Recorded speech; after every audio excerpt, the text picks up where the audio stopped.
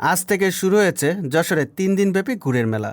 সবচেয়ে মজার বিষয়, যশোরের বিখ্যাত খেজুরের গুঁড়ো এবার জিআই পণ্য হিসেবে স্বীকৃতি পেয়েছে। টানা তৃতীয়বারের মতো পালিত হচ্ছে এই মেলা। মেলাটির সার্বিক তত্ত্বাবধানে চৌগাছা উপজেলা প্রশাসন।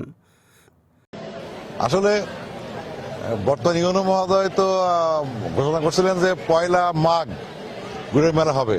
সেই ধারাবাহিকতায় আসলে আজকে মেলা শুরু হয়েছে, কিন্তু যে শুরুটা ছিল যে সময়, সেই সময় থেকে গুড়ের যে চাহিদা, আর গ্রাম থেকে বাড়ি থেকে যে পরিমাণ গুড় বেচাকেনা করতেছে, তাতে করে এই মেলায় গুড় আনা খুব কষ্টকর। তারপরেও কৃষকরা গুড় আনছে এবং গুড় বিক্রি হচ্ছে। গুড় অনেক মান ভালো, দামি গুড়। আমার ইউনিয়ন সরবদাহে কিন্তু খেজুর বাগান প্রকল্প 2টা আছে এবং ওইখান থেকে শুরু হয়েছে বিপ্লব, গুড়ের বিপ্লব। তো আমি আশাবাদী, এই ধারা অব্যাহত থাকলে চৌগাছা উপজেলা গুড়ের জন্য বিখ্যাত হবে সারা বিশ্বে এবং সারা বাংলাদেশে। সকাল 10টার সময় মেলাটির শুভ উদ্বোধন ঘোষণা করেছেন জেলা প্রশাসক আজহারুল ইসলাম। বেলা যত বাড়ে ধীরে ধীরে এই মেলার দর্শনার্থীর সংখ্যাও বাড়তে থাকে।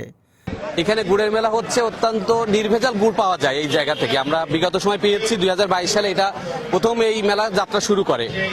তো সেই যাত্রা থেকে আমরা এই পৃষ্ঠপোষকতা সব জায়গায় ছিলাম এবং বিভিন্ন সময় দেখেছি বিভিন্ন গাছিরা বিভিন্ন জায়গা থেকে এসে এখানে এক জায়গায় হয়ে আনন্দের সাথে এই মেলাটা আমরা উপভোগ করি। আমরা খুবই উপভোগ করি এই জন্য যে নির্ভেজাল গুড় পাই, সারা বাংলাদেশে এই গুড়টা যাচ্ছে। কৃষক ভাইরা এখান থেকে আরো প্রবৃদ্ধি লাভ করছে এবং তারা বাড়িতে এবং বিভিন্ন বাগানে খেজুর গাছ রোপণ করছে, চারা রোপণ করছে এবং সরকারি পৃষ্ঠপোষকতায়ও বিভিন্ন খেজুরের বাগান হচ্ছে।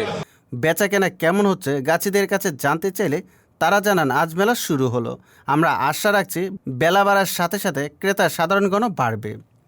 তারা আরও বলেন, আগে আমরা ন্যায্য দাম পেতাম না, তবে এই গুড়ের মেলা শুরু হওয়ার কারণে গত কয়েক বছর আমরা গুড় বেশি দামে বিক্রি করতে পারছি।